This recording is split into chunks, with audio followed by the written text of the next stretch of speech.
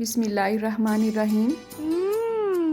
Tasty. जी हाँ, आज हम बनाएंगे बहुत ही टेस्टी मटर पुलाव। आप इसे वेजिटेबल पुलाव भी कह सकते हैं और अपनी पसंद की कोई भी सब्जी इसमें ऐड कर सकते हैं। चावल किसी भी क्वालिटी का हो, इसका एक एक दाना आपको खिला खिला मिलेगा अगर आप चंद टिप्स को फॉलो करेंगे।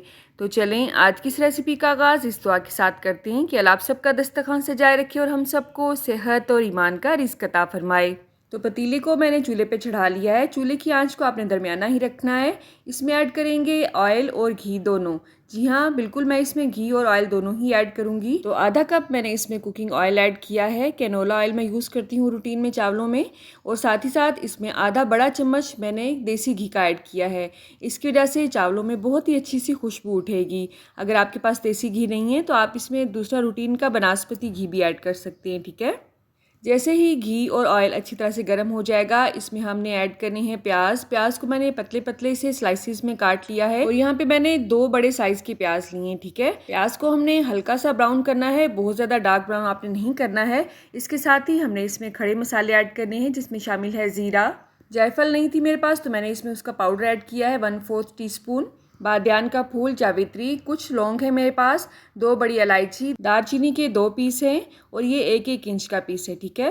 ये तमाम मसाले हमने इसमें ऐड कर देने हैं। प्याज का कलर आपने देख लिया है, बहुत ज़्यादा हमने डार्क ब्राउन नहीं किया है, बस इसी कलर पे होंगे तभी आपने इसमें खड़े मसाले ऐड कर देने हैं।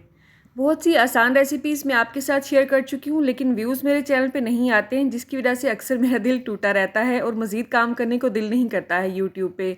तो मेरी आपसे रिक्वेस्ट है, अगर आपको वीडियो अच्छी लगती है तो इसे लाइक किया करें, शेयर किया करें और चैनल को सब्सक्राइब भी ज़रूर कर दिया करें, ठीक है। इस तरह हम यूट्यूबर्स की हौसला अफजाई होती है और बहुत ही मज़ीद अच्छी अच्छी वीडियोज़ लाने को दिल करता है।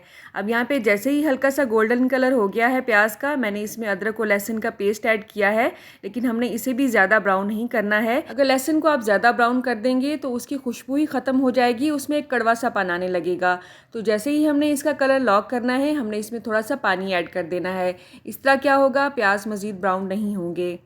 चावल यहाँ पे मैं आधा किलो ले रही हूँ। अक्सर लोगों को लग रहा होगा कि अगर आधा किलो चावल आपने लिए हैं तो इस हिसाब से आपने ऑयल और घी को ज़्यादा ऐड किया है। ऐसी बात नहीं है।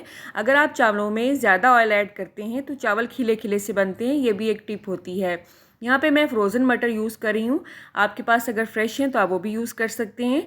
मटर को आपने साल से ज़्यादा भर के लिए कैसे महफूज करना है, इसकी 2 से 3 रेसिपीज़ मैं आपके साथ शेयर कर चुकी हूँ।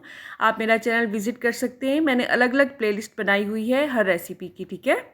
तो 3 गिलास चावल मैंने लिए हैं, उसमें मैं 2 गिलास मटर के ऐड कर रही हूँ। क्वांटिटी मैंने अपने हिसाब से एडजस्ट की है। 5 से 6 बड़ी मिर्चें मैंने ली हैं, सब्ज़ मिर्चें। ये ज़्यादा तीखी नहीं होती हैं, इनको बड़े बड़े पीसीज में काट के आपने इसी पॉइंट पे ऐड करना है। मटरों के साथ इसको हल्का सा फ्राई करेंगे तो सब्ज़ मिर्च का बहुत ही अच्छा सा टेस्ट आता है चावलों में। वैसे तो खड़े मसालों के अलावा हम इसमें ज़्यादा कुछ ऐड नहीं करेंगे, लेकिन 1 चम्मच मैंने इसमें दड़ंगी मिर्च ऐड की है, जो कि मोटी कुटी हुई है। स्पाइसेस को आप अपने हिसाब से बढ़ा भी सकते हैं। चावलों को चटपटा और करारा सा बनाने के लिए मैंने इसमें क्रश्ड अचार लिया है। आप चाहें तो रेगुलर अचार को भी फोर्क की मदद से छोटे छोटे से पीसेस में तोड़ के वो भी इसमें ऐड कर सकते हैं। ये मैंने 1 चम्मच ऐड किया है। इसकी जगह पे आप इमली का पल्प भी ले सकते हैं, उससे भी बहुत ही अच्छा टेस्ट आता है। इसके अलावा आप इसमें लेमन के स्लाइसिस को काट के भी ऐड कर सकते हैं, उसका टेस्ट भी इसमें बहुत अच्छा आता है। ये तमाम वैरायटीज़ मैं मुख्तलिफ चावलों में यूज़ करती रहती हूँ। आज की इस रेसिपी में मैंने ये क्रश्ड अचार यूज़ किया है, ठीक है। अच्छा, अक्सर लोग जज्बाती तौर पे इसमें ज़्यादा लेमन ऐड कर देते हैं, तो लेमन ज़्यादा अगर आप ऐड करेंगे तो चावल कड़वे हो जाएंगे। इस पॉइंट का भी आपने ख्याल रखना है। अब यहाँ पे मैंने 3 गिलास अगर चावल लिए हैं तो उसमें मैंने उस हिसाब से पानी ऐड करना है कि 1 गिलास के बदले में आपने 1.5 गिलास पानी ऐड करना है। नमक यहाँ पे मैंने मैयर करके लिया है, ये मेरे पास मैयरिंग स्पून है, तो ये मैंने एक बड़े वाला चम्मच लिया है जिसको टेबल स्पून कहते हैं, और जो दूसरा चम्मच है ये मैंने हाफ लिया है, मैंने हाफ टेबल स्पून लिया है, ठीक है। और अगर ये वाले रेगुलर चम्मच हैं आपके पास, जो कि अक्सर मिसालों के डब्बे में होते हैं, तो ये मैंने 3 ऐड किए हैं। अगर आपके पास ये मेजरिंग स्पून होंगे और आप कुकिंग को अभी सीख ही रहे हैं तो आपके लिए बहुत आसान हो जाएगा कुकिंग को सीखना। तो ये मेजरिंग स्पून आप घर में ख़रीद के रख लें, ज़्यादा महंगे नहीं आते हैं, 150 से 200 की रेंज में ही आते हैं। अगर इसका लिंक मुझे मिला तो मैं आपको डिस्क्रिप्शन बॉक्स में दे दूँगी इंशाल्लाह, ठीक है। तो आपने देखा खड़े मसालों के अलावा हमने इसमें ज़्यादा कुछ ऐड नहीं किया है। अब इसे हमने कवर करना है, दरमियानी आंच पे ही आपने मटर को गल जाने तक पकाना है। 1 से 2 बार इसमें चम्मच भी हिला देंगे।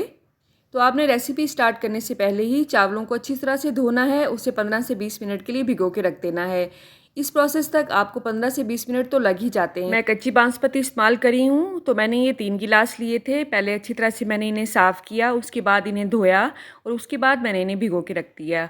अब यहाँ पे मटर अल्हम्दुलिल्लाह हमारे तकरीबन 80% तक डन हो चुके हैं। जो थोड़ी बहुत इनमें कसर रह गई है वो चावलों के साथ ही पूरी हो जाएगी। तो चावलों को ऐड करने से पहले इसका एक्स्ट्रा पानी हम रिमूव कर देंगे। उसके बाद चावल हमने इसमें ऐड करने हैं। चावलों को खिला खिला बनाने की एक ट्रिक ये भी होती है कि आपने चावल पकाने से पहले इसे भिगोना ज़रूर होता है। और दूसरी ट्रिक तो पहले ही मैंने आपके साथ शेयर की है कि आपने इसमें ऑयल कम नहीं डालना है। अब चावलों को आपने ज़्यादा हिलाना जुलाना नहीं है। साइड से चम्मच लाते हुए अंदर की तरफ आपने फेरना है, तो आपका चावल कभी भी टूटेगा नहीं।